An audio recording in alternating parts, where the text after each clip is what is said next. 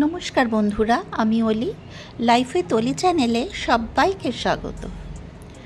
Chilli chicken, chilli পনির, chilli fish আমরা প্রায় বাড়িতে বানিয়ে খেয়ে থাকি।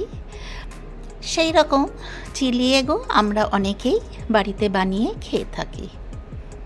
তো এক একজনের বানানোর ধরন এক এক রকম।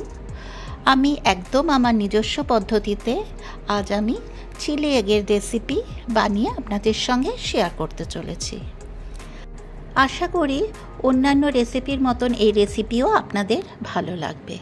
তাহলে আসুন দেখে নেওয়া যাক চিলি এগ রেসিপি আমি কিভাবে বানাই। তো চিলি এগ বানানোর জন্য এখানে আমি 5টা ডিম সেদ্ধ করে তাকে মাঝখান থেকে চিড়ে রেখেছি, পেঁয়াজ কুচি করে রেখেছি, 4-5 কোয়া রসুন রেখেছি, আর খুব কম পরিমাণে আদা।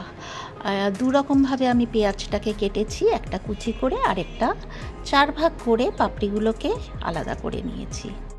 আর একটা মিডিয়াম সাইজের ক্যাপসিকাম 3 কোনা করে কেটে রেখেছি। এদিকে একটা পাত্রের মধ্যে আমি 2 চামচ কর্নফ্লাওয়ার নিয়েছি আর ময়দা নিয়ে নিচ্ছি 2 চামচ।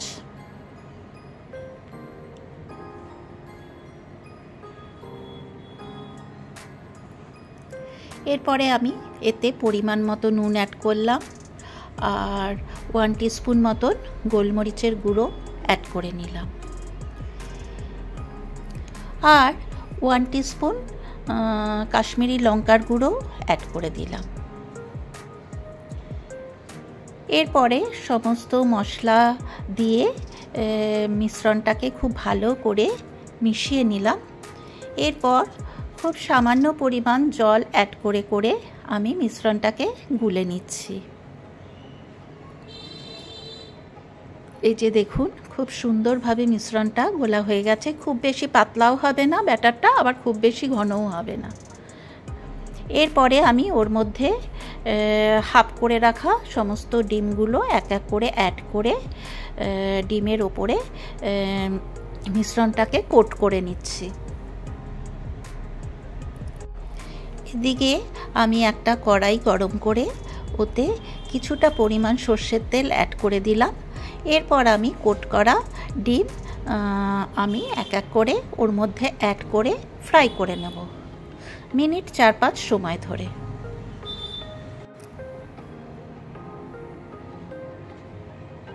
এই সময় আমি গ্যাসের ফ্লেমটাকে মিডিয়ামে করে রেখে দেব। তো এক এক করে আমার ডিমগুলোর অপর একটা দিক আমার ফ্রাই হয়ে গেছে, উল্টে পাল্টে অপর দিকটাও আমি ফ্রাই করে নিচ্ছি।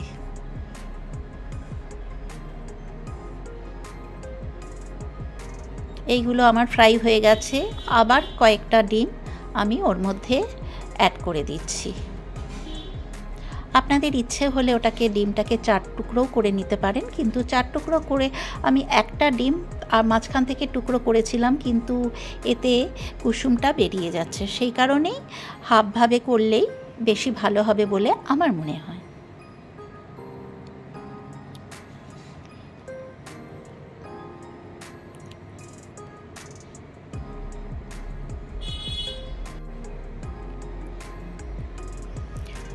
সমস্ত ডিমগুলো আমার ফ্রাই হয়ে গেছে।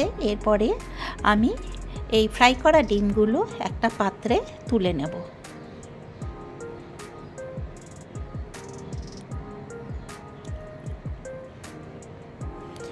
এই যে দেখুন, আমি ডিমগুলো একটা পাত্রে তুলে নিলাম।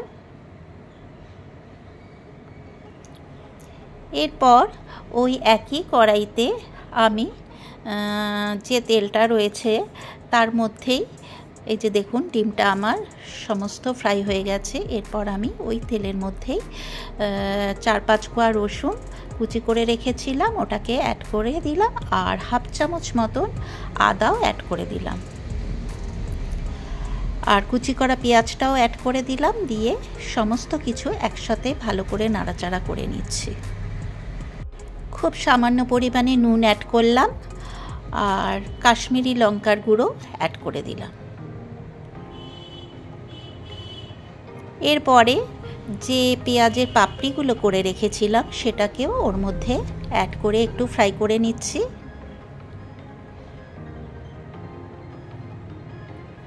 ঢাকা চাপা দিয়ে দিলাম যাতে পেঁয়াজগুলো একটু নরম হয়ে যায়।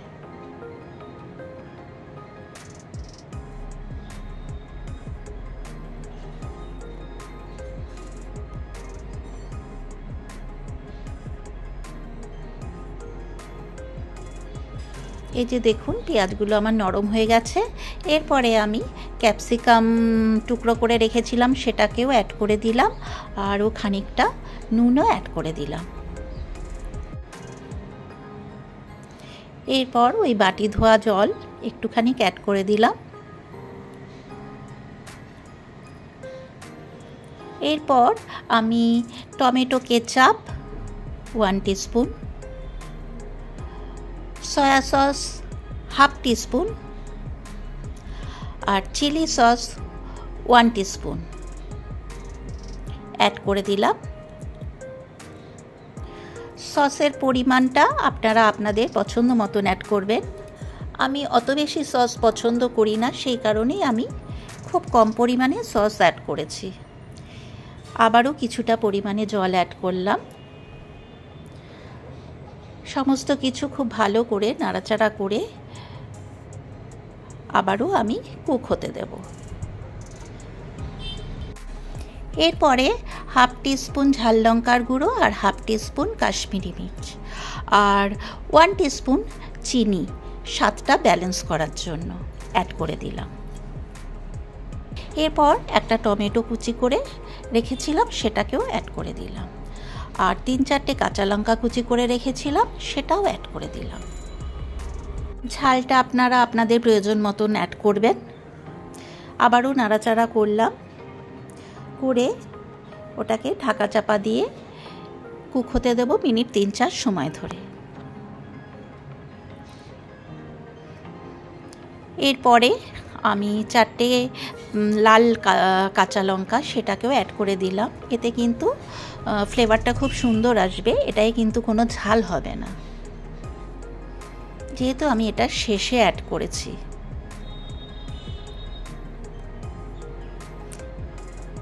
এই রেসিপি একটু ঝাল ঝাল মিষ্টি মিষ্টি হলেই খেতে ভালো লাগে। আপনারা ঝাল মিষ্টিটা আপনাদের পছন্দ মতন অ্যাড করবেন। কিছুটা পরিমাণ জলও অ্যাড করে দিলাম যাতে সমস্ত মশলা খুব ভালো করে সেদ্ধ হয়ে যায়। এরপর আমি ফ্রাই করে রাখা ডিমের টুকরো ওর মধ্যে অ্যাড করে দিচ্ছি।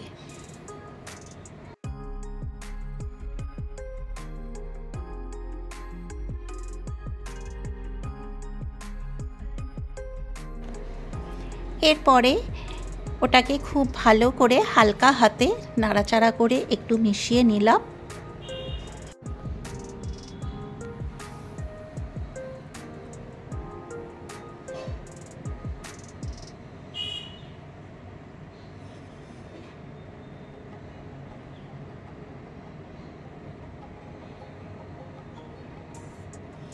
ঢাকা চাপা দিয়ে আবারও ওটাকে কুক হতে দিলাম মিনিট 2-3 সময় ধরে। এই যে দেখুন আমার চিলি এগ বা এগ চিলি যাই বলুন না কেন অলমোস্ট রেডি হয়ে গেছে। এরপর আমি ওপর থেকে সামান্য এক পরিমাণে ধনেপাতা কুচি অ্যাড করে দিলাম। আপনাদের যদি পছন্দ না হয় ওটাকে স্কিপ করতে পারেন। এর মধ্যে কিন্তু আমি কোনো কর্নফ্লাওয়ারের জল অ্যাড করিনি। আপনাদের যদি পছন্দ হয় আপনারা কর্নফ্লাওয়ারের জল অ্যাড করতে পারেন, তো আমি অ্যাড করিনি। তো এরপর আমার তৈরি হয়ে গেল এগ চিলি বা চিলি এগ। এবারে আমি পরিবেশন করার জন্য একটা প্লেটের মধ্যে ওটাকে তুলে নিচ্ছি। তো আজকের এই এগ চিলির রেসিপি আপনাদের কেমন লাগলো অতি অবশ্যই কিন্তু আমাকে একটা কমেন্ট করে জানাতে ভুলবেন না। আর যারা নতুন আমার চ্যানেলে এখনও পর্যন্ত সাবস্ক্রাইব করেননি তাদেরকে অতি অবশ্যই সাবস্ক্রাইব করার জন্য অনুরোধ রইল। আর পাশে যে বেল বাটনটা আছে সেটাতে প্রেস করে দেবেন, তাহলেই আমি নিত্য নতুন যা যা ভিডিও শেয়ার করব সেগুলোর নোটিফিকেশান আপনাদের কাছে পৌঁছে যাবে। এই যে দেখুন চিলি এগের ফাইনাল লুক। এই চিলি এগ কিন্তু রুটি, লুচি, পরোটা, নান বা চাইনিজ ফ্রায়েড রাইস যে কোনো কিছুর সঙ্গে খেতে অসাধারণ লাগে। এই এগ চিলি কিন্তু আরেকটু ড্রাই করে হলেও আপনারা অবশ্যই করতে পারেন, তাহলে কিন্তু শুধু মুখেও স্টার্টার হিসেবে এটাকে খাওয়া যায়। তাহলে আজ এই পর্যন্ত, এরপর আমি হাজির হব অন্য কোনো দিন অন্য কোনো নতুন ভিডিও নিয়ে। আপনারা সবাই সুস্থ ও ভালো থাকবেন। ধন্যবাদ।